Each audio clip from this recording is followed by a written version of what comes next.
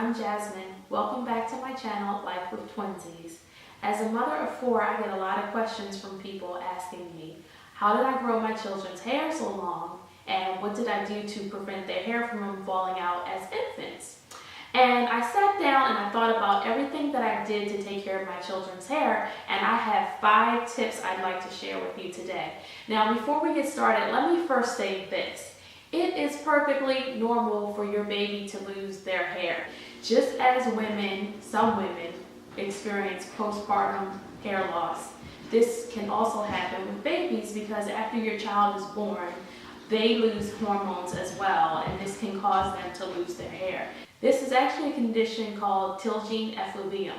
You can actually read up on that condition on WebMD. Now, tip number 5, eliminate cradle cap. Now, my son Dallas, he had cradle cap really bad. He had a lot of flakes in his hair, so I didn't want to scratch it. You must, if nothing else, resist the urge to scratch the cradle cap. Walmart actually carries a product called Cradle Cap Treatment Kit. It's a product that you can put on your child's scalp, and it also comes with a little brush to help just loosen up the flakes and gently comb them away. I would highly recommend this product. It's only $5.88 at Walmart, and it worked really well in my son's hair. I was able to rinse away the flakes, and I didn't have to scratch it and put further stress on his hair. Number 4, moisturize your child's scalp and hair. Now, I recommend that you do this with natural oils such as olive oil or coconut oil. If you decide to use coconut oil is a very mild, light oil, and in my son's hair, he absorbed coconut oil really fast, so I noticed that I had to use that like every day to every other day. Olive oil seemed to work a little bit better, so I would just gently part his hair and rub it into his scalp. Now, on his actual hair, I put shea butter, and I would just take a ball of the organic shea butter and rub it around in my hands until it melted down, and then I would just rub it through his hair. Now, with the shea butter, I probably recommend that you do that every few days. That's not something that you should do every day. Another option, if you don't like shea butter, I know a lot of people don't like the smell of shea butter. What you can do is melt some coconut oil and mix it with water, put it in a spray bottle, and just spray that on your baby's hair. That would also help to keep it moisturized, and you can do that like every few days. Number 3, I suggest that you talk to your pediatrician, and if you feel comfortable, use tummy time. I mean, it's not necessary to always lay babies on their back. As long as you're supervising your baby and you're right there, the child is awake, utilize tummy time. Lay your baby on their stomach for different periods during the day or on the side.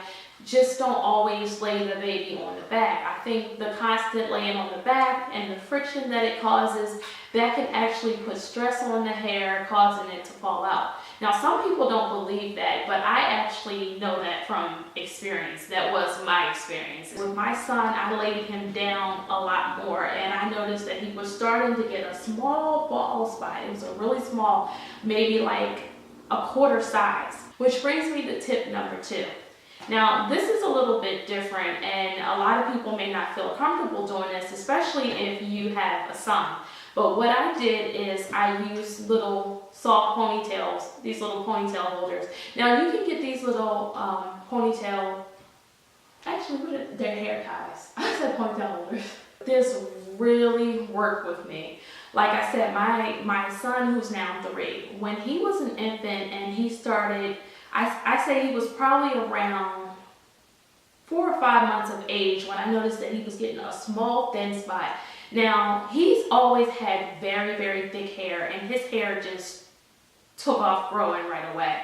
So I noticed like his afro in one spot, it was like thin and it was looking like it was breaking off a little bit. So what I did is I actually purchased some of these soft little hair ties. You can get these from Sally's or Walmart, anything like that. Anywhere like Sally's or Walmart, any place like that. But what I did is In the area above the bald spot where it was long enough, I parted a piece of that hair, and at the bottom underneath where the bald spot was, I actually parted that hair and I put it together in a small loose ponytail. Now this was to cover that area that was sensitive, that was experiencing the breaking, just to prevent that area from falling out any further. And I would only do this when I was laying him on his back so that he wouldn't be laying on that sensitive area. And I tell you, I swear to you, it wasn't even a week before I started noticing a difference and his hair started filling back in. Within a month, it was completely gone. You could never even tell that he had a bald spot to begin with. So you kind of have to decide on yourself if you want to try this, because I know it's a little different. And some people might not like, putting their child's hair in styles. It was something that worked for me. I did it. And I'll insert a few pictures of my children and how I did their hair.